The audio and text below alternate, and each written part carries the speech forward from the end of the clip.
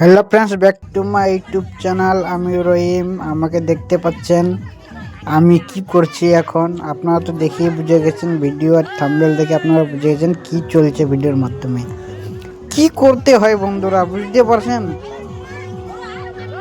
এমনও কোনো কাজ নেই যে আমি করিনি, লাস্ট পর্যন্ত এই কাজে আমি ফেসে আছি বন্ধুরা। দেখতে পাচ্ছেন এখন দুলাকে কি কি করতে হয়। ভিডিওটা অবশ্যই আপনাদেরকে ভালো লাগলে পুরো লাইক সাবস্ক্রাইব করে পাশে থাকবেন। ভিডিওটা কত সুন্দর ভিডিও, দুলাকে কিভাবে কাজ করতে হচ্ছে। চারাবিতে ওনার ভাবিরা ভাবিরা চারাবিতে ঘুরছে, চারাবে পাকে ঘুরছে, আর আমাকে কিভাবে করছে। আমার একদম পুরো পোশাকটা একদম সেনে দিয়েছে, একদম নোংরায়, একদম যত কাদা আছে সব একদম নাওকে দেওয়া হয় সেভাবে আমাকে দিয়েছে। ওই অবস্থায় আমাকে কাজ করতে হচ্ছে। কি করব বলেন বন্ধুরা, এরকম ভিডিওটা আমি করছি। আবার ভিডিওটা করতে কিন্তু অনেক রিস্ক হয়েছে, ভিডিওটা এত কষ্ট হয়েছে করতে, কিন্তু ভাবতে পারিনি এরকম ভিডিও আমি করব।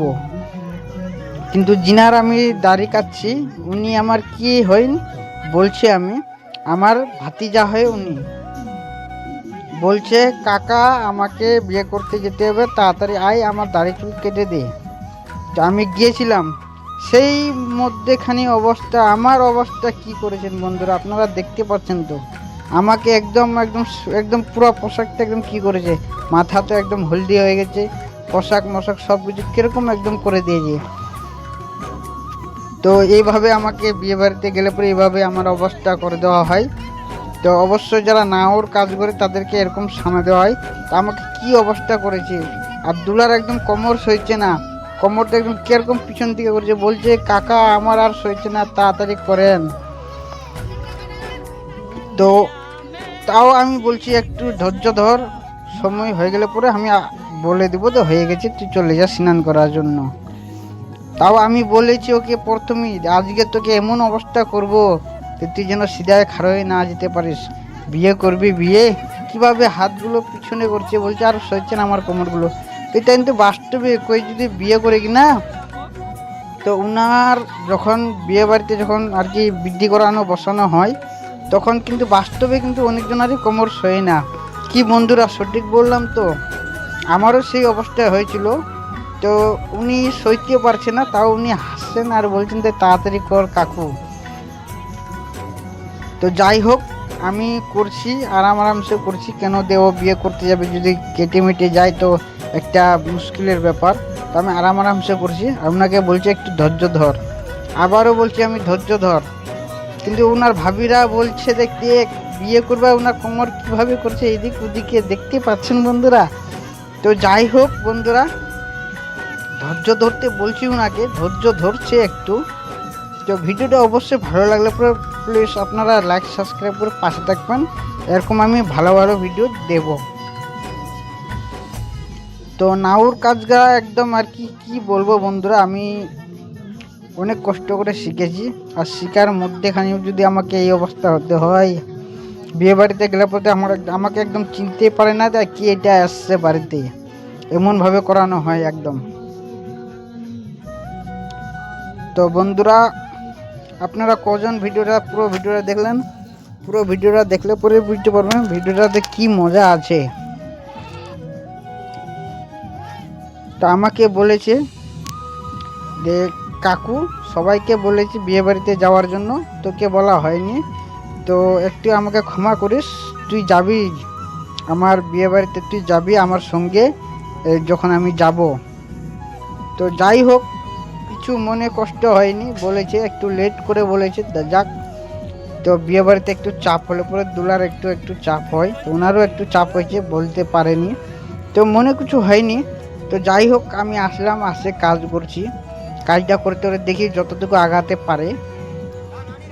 তো আমার ভাতিজা আর কি কি বলবো, আর বিয়ে করব বিয়ে করব, যেরকম একটা গান আছে না, বিয়ে করব বিয়ে করব মনের হাউসে, পাড়া পড়শি সবাই আসবে বউ দেখিতে। এই গানটা ইনার কাণ্ড কীর্তি একদম এক হয়ে যাচ্ছে বন্ধুরা। কি বললাম সঠিক বলছি তো? আপনারা অবশ্যই কমেন্টে জানাবেন ভিডিওটা আপনাদের কেমন লাগলো। আর ইনাদের ভাবিরা যে আছে ওনারাও কিন্তু একদম বিরক্ত হয়ে গেছে, একদম ঠকে গেছে। দেখ এতক্ষণ কাজ করতে সময় লাগে। আমি কিন্তু প্রথমেই বলে দিয়েছি যে ভাতিজা তোকে আজকে উচিত শিক্ষা দিব। কেন তুই বিয়ে করবি না? তোর বিয়ে করার পিড়াতে বসে যখন বিধি করবে তখন তোমাকে কি করানো হবে, তোর কোমরটা কতটুকু সইবে, এখন ঠান্ডার মৌসুম, তোর শরীরটা সইছে কিনা। তো আমাকে বললো আমার ভাতিজা, দেখতে পাচ্ছিস না আমার বডিটা কত বড় হয়েছে, দেখতে পাচ্ছিস না, বুঝতে পারছিস না? আমি বলছি যে এক্ষুনি বোঝা যাবে, অত বেশিক্ষণ না, আর 2 মিনিট কাল দাঁড়া, তারপর তোকে বোঝা যাবে কত বডি আছে। তো যাই হোক, ও বসলো, এখন বলছে কি যে কাকু আর সইছে না, আমাকে তাড়াতাড়ি উঠা এখান থেকে। আমি বলছি এখন তুই বিয়ের পিড়িতে বসেছিস বাবু, এখন তুই উঠতে পারবি না যতক্ষণ তোর কাজ না শেষ হবে। এখন আমি আধা কাজ করে ছেড়ে দিব, ছেড়ে দিয়ে এখন তুই আমি দিতে চাইবো সেটা তোকে দিতে হবে ভাতিজা, তুই দিতে পারবি কি না বল। তো যাই হোক, মোটামুটি করে যেটাই হোক আমি করছি কাজ আরামসে। ওনাকে বলছে একটু ধৈর্য ধর, আমি তাড়াতাড়ি করছি। ওনার ভাবিরা বলছে তাড়াতাড়ি করে ওকে স্নান করতে হবে, আবার বেলা শেষ হয়ে যাচ্ছে। তো ওনার ভাবিরাও বিরক্ত হয়ে যাচ্ছে।